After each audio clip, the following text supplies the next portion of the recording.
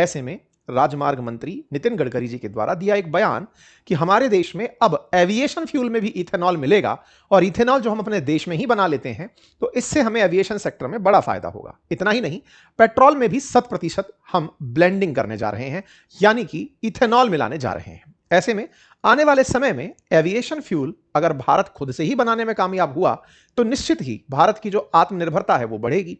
आज देश 87% तक ऑयल इंपोर्ट करता है। उस इंपोर्टेड ऑयल में इथेनॉल का मिल जाना भारत के लिए एक बड़ी उपलब्धि शामिल होगा। ऑलरेडी हमारे देश में जो पेट्रोल बिक रहा है वो E20 ब्लेंडेड है, यानी कि 20% इथेनॉल मिला हुआ है। उससे ही अपने आप में बहुत सारे सवाल उत्पन्न होते हैं। बहुत से लोग इस बात पर सवाल भी उठाते हैं कि 20% इथेनॉल मिलने के बाद उनकी गाड़ी में रस्टिंग हो गई, गाड़ियों के माइलेज में फर्क पड़ गया। तमाम चीजों के बीच में अब एक और कदम उड़ता हुआ जा रहा है जब सरकार ने एविएशन फ्यूल के अंदर इथेनॉल को मिलाने की परमिशन दे दी है। हेडलाइन बनती है कि इंडिया इसके चलते एविएशन फ्यूल के लिए अपने नियम बदलने जा रहा है और ऐसा करते हुए एविएशन फ्यूल में इथेनॉल को मिलाने की इजाजत दे रहा है। इतना ही नहीं, पेट्रोल के अंदर भी 85% इथेनॉल मिलाने को लेकर ड्राफ्ट तैयार कर दिया गया है। ऑलरेडी भारत 2030 के मुकाम को 2025 में ही पूरा करते हुए E20 एथेनॉल जो है, पेट्रोल जो है वो 2025 में चालू कर चुका है। ऐसे में गडकरी जी का एस्पिरेशनल बयान कि हम तो 100% इथेनॉल ब्लेंडिंग लाना चाहते हैं, दो तरह के प्रश्न खड़े करता है कि ब्लेंडिंग है क्या? ब्लेंडिंग है मिलाना। क्या मिलाना? पेट्रोल में इथेनॉल मिलाना। अब अगर आपने 20% पेट्रोल, मतलब पेट्रोल में अगर 20% इथेनॉल मिलाया तो वो E20 पेट्रोल कहलाया, क्योंकि उसमें 20% इथेनॉल है और 80% पेट्रोल है। अगर आपने 85% इथेनॉल मिलाया तो उसमें 15% पेट्रोल बचेगा, तो इसे E85 पेट्रोल कहा गया। जब आप कह रहे हो 100% ब्लेंडिंग कर देंगे तो ये आफ्टर ऑल कैसे होगा? जब पेट्रोल में आप 100% इथेनॉल मिला देंगे तो फिर वो तो इथेनॉल ही हुआ, उसे फिर E100 क्यों कह रहे हैं? ये सवाल सोशल मीडिया पर गडकरी साहब से खूब पूछा जा रहा है। इसका भी जवाब मैं आपको आगे चलते हुए देता हूं, लेकिन उससे पहले आप चैनल को सब्सक्राइब कर लीजिए ताकि अपडेटेड जानकारी आप तक पहुंचती रहे। फिलहाल के लिए अपडेट दुनिया का यह कि इंटरनेशनल एनर्जी एजेंसी का मानना है कि यूरोप के अंदर अब 6 हफ्ते का ही एविएशन फ्यूल बचा है। इसके चलते अंतरराष्ट्रीय उड़ानें प्रभावित होंगी। एविएशन फ्यूल की किल्लत क्यों आई? क्योंकि दुनिया क्रूड ऑयल परचेज करती है, उसे फिर रिफाइन करती है और उसी से एलपीजी, पेट्रोल, डीजल और एविएशन फ्यूल बनाती है। चूंकि क्रूड ऑयल की सप्लाई स्ट्रेट ऑफ हॉर्मुज से बाधित हो रखी है, जो कि दुनिया की लगभग 20% सप्लाई का केंद्र है, तो ऐसे में क्रूड ऑयल से बनने वाला एविएशन फ्यूल भी अब उपलब्ध नहीं हो पा रहा है। ऐसे में एयरलाइंस के ऊपर बोझ बढ़ रहा है, क्योंकि एयरलाइंस उस एविएशन फ्यूल को महंगे दामों पर खरीद रही हैं। अब प्रॉब्लम तो पता चल गई, समाधान क्या है? समाधान है गडकरी जी के पास। गडकरी जी का मानना है कि प्राकृतिक गैस मंत्रालय ने जब से एविएशन टरबाइन फ्यूल में एथेनॉल ब्लेंडिंग को मंजूरी दी है तो उससे निश्चित ही फ्यूल की आवश्यकता को कम किया जा सकेगा। 100% जहां आपको पेट्रोल की जरूरत थी या एविएशन फ्यूल की जरूरत थी, अब उसमें अगर इथेनॉल मिलाया जाएगा तो उतनी ही कम पेट्रोल की आवश्यकता होगी। अब ये सब इथेनॉल है क्या? देखिए, रासायनिक रूप से तो फॉर्मूला है इसका C2H5OH। ये एक अल्कोहल है, लेकिन इसके अंदर कैलोरीफिक वैल्यू, यानी इसको जलाने के बाद ऊर्जा जो प्राप्त होती है वो पेट्रोल के मुकाबले की ही होती है। इसी के चलते इथेनॉल को पेट्रोल में मिलाया जाता है।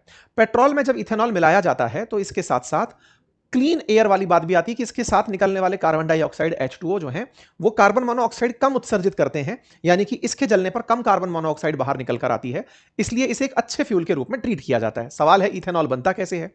तो इथेनॉल 3 तरह से बनता है। प्रथम जनरेशन जो इथेनॉल है वो गन्ने के रस से, चुकंदर से, सड़े आलू से, मीठे ज्वार से, मक्का से, इनके फर्मेंटेशन से बनता है, जो कि एडिबल गुड्स हैं, इनसे बनता है। सेकंड जनरेशन जो फ्यूल है या फिर इथेनॉल है वो गेहूं के चूरे से, या फिर जिसके अंदर चावल की भूसी हुई, गेहूं की भूसी हुई, कार्न की भूसी हुई, भुट्टे हुए, इनसे जो बनाया जाता है। अर्थात जो आपने फीड कर लिया उसके बाद जो बचा कचरा है उसके फर्मेंटेशन से भी इथेनॉल बनाया जा सकता है। तीसरा, एल्गी से भी इथेनॉल बनाया जा सकता है। इस पर अभी भी काम चल ही रहा है। ये जो प्रथम जनरेशन इथेनॉल है, इसके साथ एक सवाल जुड़ा रहता था कि अगर ये सब चीजें इथेनॉल बनाने में यूज कर ली गई तो फिर इंसान को ये सामान महंगा मिलने लगेगा। सरकार का तर्क था कि अभी ये सब ऑलरेडी एक्सेस में पैदा होते हैं, इनसे इथेनॉल बना लिया तो हमने इनकी कीमतें अच्छी दिलवा दी, बहुत सारी शुगर मिल्स को बंद होने से रोक लिया, बहुत सारे किसानों को उनके जो फसलें हैं उनकी कीमतें दिलवाना तय कर दिया। तो ऐसे में फसलों का फर्मेंटेशन होकर के बनने वाले इथेनॉल को जब पेट्रोल में 5% मिलाया जाता है तो E5 फ्लेक्स फ्यूल कहलाता है, 10% मिलाया जाता है तो E10 फ्लेक्स फ्यूल, 20% मिलाया जाता है तो 20% के साथ से E20 फ्लेक्स फ्यूल, और E85 जब 85% इथेनॉल मिलाया जाता है। एक और श्रेणी जिसे आप E100 कहते हैं असल में उसमें 5% पेट्रोल होता है और 95% उसके अंदर इथेनॉल होता है। तो जो E100 है असल में वो E95 है, लेकिन उसे E100 के नाम से बोला जाता है क्योंकि उससे ज्यादा इथेनॉल आप मिला नहीं सकते।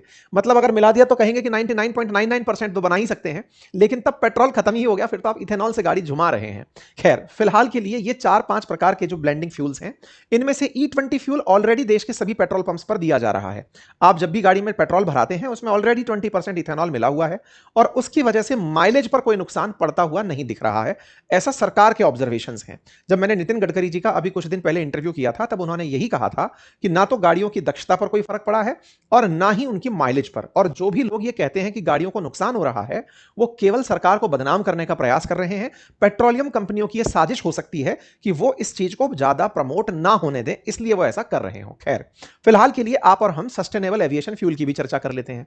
सस्टेनेबल एविएशन फ्यूल यानी कि ऐसा हवाई जहाज का लगने वाला फ्यूल जिससे प्रदूषण कम हो, कार्बन डाइऑक्साइड का निकलना कम हो और साथ साथ भारत का जो बिल है एक्सपोर्ट इंपोर्ट के कारण वो भी कम आए, क्योंकि 87% जब हम ऑयल इंपोर्ट करते हैं तो निश्चित ही ब्लेंडिंग हो जाने से सीधा सीधा अगर कंप्लीट फ्यूल के अंदर ब्लेंडिंग कर दी गई तो आप अगर समझकर चलें तो हमारा जो 87% इंपोर्ट है वो घट करके 7 दूनी 14, 8 दूनी 16, 17% घट जाएगा, तो 70% ही इंपोर्ट आप लोगों को करना पड़ेगा। इस तरह से समझकर चलिए, ठीक है। सरकार ने इसी के चलते 2026 की शुरुआत में ही 20% इथेनॉल को परमिशन दे दी थी। वर्तमान स्थिति हमारे देश में यह है और सरकार 1 अप्रैल 2027 से कैफ थर्ड मानक इलेक्ट्रिक और फ्लेक्स फ्यूल वाहनों को बढ़ावा देने पर विचार कर रही है और E85 फ्यूल को भी लाने के बारे में कंप्लीट तरह से प्रयास चल रहे हैं और E100 फ्यूल की शुरुआत भी 2024 में कर दी गई। मतलब कि इसके भी प्रयोग अब पूरी तरह से सक्सेसफुल कंसीडर किए जा रहे हैं। ये 2024 की कटिंग्स हैं और जब हमने अभी आज से 10 दिन पहले नितिन गडकरी जी का जब इंटरव्यू किया था तब भी हमने ये पूछा था कि साहब 2030 में आपको ये लाना था, आप 2025 में क्यों लाए? मजबूरी थी कि हमारे पास में कोई ऑप्शन उपलब्ध नहीं था, फ्यूल की किल्लत थी, या आपकी प्रिपरेशन ही फास्ट हो गई थी? तो इन्होंने कहा कि हमारे लिए सब चीजें पहले ही तैयार हो गई थी, तो हमें क्या फिर दिक्कत आ रही थी? तो ये सारी बातें आप और हमने खूब अच्छे से सुनी और आप भी अगर डिटेल में ये इंटरव्यू सुनना चाहते हैं जिसमें फ्यूल के बारे में चर्चा है तो मैं लिंक कमेंट बॉक्स में पिन कर दे रहा हूं इस इंटरव्यू का, समय निकालकर सुनिएगा, आपको सभी पक्ष पता चलेंगे। आपके भी जो क्वेश्चन है कि गाड़ियां खराब होती हैं, उनके ऊपर दिक्कत आती है, वो सब सवाल मैंने इनसे पूछे हैं, आप उनको सुन सकते हैं, ठीक है साहब। 100% इथेनॉल ब्लेंडिंग का टारगेट सरकार लेकर चल रही है। उम्मीद है कि आपको यह समझ में आए कि यह 95% तक इथेनॉल मिलाने की बात है जिसको लेकर के सरकारी प्रयास चल रहे हैं और यह चर्चा 2024 में इस तरह से आ चुकी है और इसकी चर्चा खूब अच्छे से हो चुकी है, ठीक है साहब। यह भी बात मैंने आपको बता दी। क्या कोई देश है जो ऐसा करता है? बिल्कुल, Brazil already E100 fuel use कर रहा है, वो शुगर केन से इथेनॉल बनाता है और उसी से काम चल रहा है। स्वीडन के अंदर E85 फ्यूल ऑलरेडी यूज हो रहा है जिसमें 85% इथेनॉल मिला हुआ है। यूरोपीय देशों के अंदर इथेनॉल का उपयोग फिलहाल के लिए सीमित है, यहां E5 से लेकर E10 तक का ही मिश्रण किया जाता है। अब जहां तक बात हो कैफ थर्ड नॉर्म्स की, जिसमें ईवी और फ्लेक्स फ्यूल को राहत देने की बात की गई है, ऐसे इंजन को बनाने की प्राथमिकता दी जा रही है जो फ्लेक्स फ्यूल यानी कि ये जो मिलकर आने वाले फ्यूल्स हैं इनको विकसित कर सके। ग्रीन हाइड्रोजन पर भी फिलहाल सरकार जोर देने का प्रयास कर रही है ताकि कम ऊर्जा से यानी कि कम हाइड्रोजन से ज्यादा एफिशिएंट इंजन तैयार किए जा सके, मतलब एफिशिएंट तरीके से इंजन का यूज किया जा सके, ठीक है। अब सवाल है कि इथेनॉल मिलाने से फायदा किसे होता है? टेक्निकली इथेनॉल सस्ता पड़ता है तो फायदा तो आम व्यक्ति तक ही ट्रांसफर होना चाहिए, लेकिन फिलहाल के लिए पेट्रोल की कीमत में इथेनॉल मिलकर के हमें पेट्रोल की ही कीमत में वो मिल रहा है, टेक्निकली वो ज्यादा कीमत पर है। यह सवाल भी हमने जब पूछा मंत्री जी से तो उनका जवाब था कि हमने फिलहाल किसानों तक राहत ट्रांसफर की है और जनता को हमने ज्यादा कीमत पर जो पेट्रोल उन्हें मिलता उससे उन्हें राहत उपलब्ध कराई है। अदरवाइज जिस तरह से क्रूड की कीमतें बढ़ी हुई हैं फिर भी पेट्रोल और डीजल की कीमतें स्थिर हैं, उसमें उनका कंट्रीब्यूशन इस तरह से देखा गया। हमने सवाल कई तरह से पूछे थे कि साहब इसकी वजह से फूड सिक्योरिटी को खतरा तो नहीं है? उस पर भी उन्होंने जवाब देते हुए कहा था कि किसी तरीके का हमारे पास फूड स्कार्सिटी नहीं है और अगर होगी तो हम तुरंत प्रभाव से इस ब्लेंडिंग को रोक देंगे, पेट्रोल तो आ ही जाएगा तब तक। साथ ही साथ इससे प्रदूषण भी कम होता है तो सस्टेनेबल डेवलपमेंट के रूप में यूज किया जा रहा है। कुछ सोशल मीडिया पर ऐसे वीडियो का भी हमने हवाला लिया था जिसमें कहा गया था कि साहब देखो रस्टिंग हो रही है, तो उनका कहना था कि ये कुछ ऐसी प्रैक्टिसेस हो सकती हैं, सरकार ने इसका खूब अच्छे से विस्तार से जांच करवाई है और अगर ऐसी कुछ चीजें होती हैं तो सरकार के उनको नोटिस में लाए जाने की आवश्यकता है।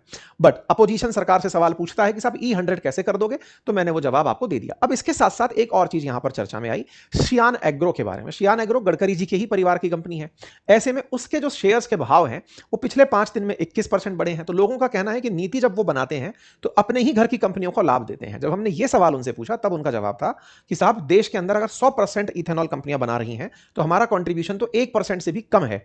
ऐसे में अगर हमें इस तरह की राहत दिख रही है लोगों को, तो काम जो लोग कर रहे हैं, जवाब खैर आप खुद ही सुनिएगा, मैं आपको जवाब नहीं सुनाऊंगा।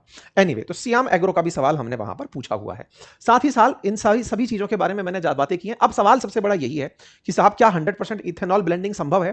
तो देखिए, इसमें बहुत सी चुनौतियां आएंगी। पहले तो गाड़ियों को ऐसे इंजन बनाने पड़ेंगे जो इस तरह से इथेनॉल को कंज्यूम कर लें। साथ में हमें उत्पादकता का भी ख्याल रखना पड़ेगा कि प्रॉपर तरीके से हम गेहूं मतलब उन चीजों का उत्पादन कर पाएं जो इथेनॉल प्रोड्यूस कर पाएं, क्योंकि देश में कहीं ना कहीं अगर 100% आप इथेनॉल पर शिफ्ट हो गए तो निश्चित ही जो फूड ग्रेन्स हैं उनकी कमी आपको होते हुए दिख सकती है, क्योंकि पूरा की पूरा लोगों का शिफ्ट जो है वो पेट्रोल और डीजल के तरफ हो सकता है।